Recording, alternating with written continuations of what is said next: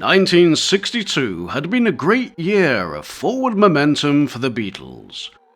From the small early gigs at the beginning of the year, to the frantic energy of the cavern, and recording with George Martin at EMI Records. 1963, the year ahead, would be one of fun and excitement, manic fandom and landmark happenings. Unfortunately, across Britain in early 1963, there was a cruel winter that would go down in history as the Big Freeze. This put paid to the Beatles' first date on a 5-date Scottish tour.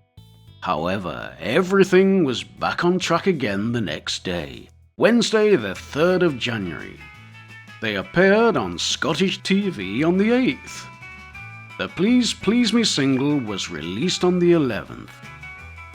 A few days later, on the 13th, they were busy in Alpha Television Studios filming Thank Your Lucky Stars.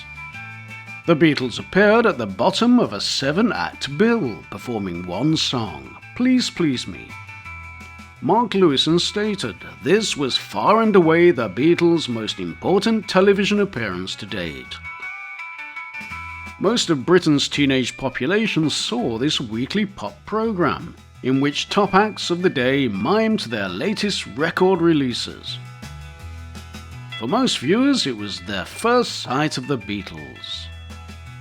There was more TV 3 days later on the 16th, with 2 appearances on the same day at different venues, one at Studio 4 Granada TV Centre and the other at the Playhouse Theatre, both in Manchester. More live appearances followed until the 21st, when the Beatles were back at EMI for a 3rd visit. The Beatles recorded for EMI's The Friday Spectacular before an audience of adoring teenagers. It was this appearance that was immortalised by the Beatles press officer Tony Barrow on the back cover of the Please Please Me album. On the 22nd, they gave an interview at the BBC's Paris studio in Regent Street. Among the guests were Joan Regan and Shane Fenton, who would go on to great success in the 70s as Alvin Stardust. Later that day, the Beatles recorded for the radio show The Talent Spot. The following day, the 23rd of January, the myth of the Beatles sandwich was born, when, on a particularly hazardous journey back to Liverpool for a cavern show that evening, the windscreen of the group's van shattered. Roadie Mal Evans duly smashed out what was left of the windscreen and soldiered on. Meanwhile, the Beatles, one atop the other, huddled together for warmth.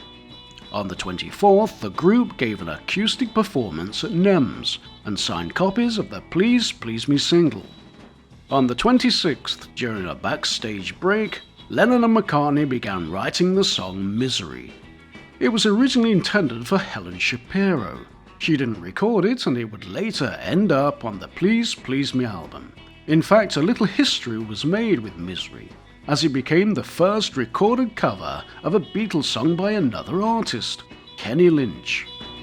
Kenny Lynch didn't chart with it, but his Beatle connections continued, and you may recognise him as being on the Wings' Band on the Run cover. The month of January ended on a high note with another appearance at the Majestic Ballroom in Birkenhead. Demand for tickets was so high the Beatles performed twice that evening, once at 8 o'clock and the other at 11 o'clock. While this was normal practice in theatres and cinemas, this was new territory for a ballroom. So, all in all, a successful month for the Beatles. I'll see you soon. Bye bye for now.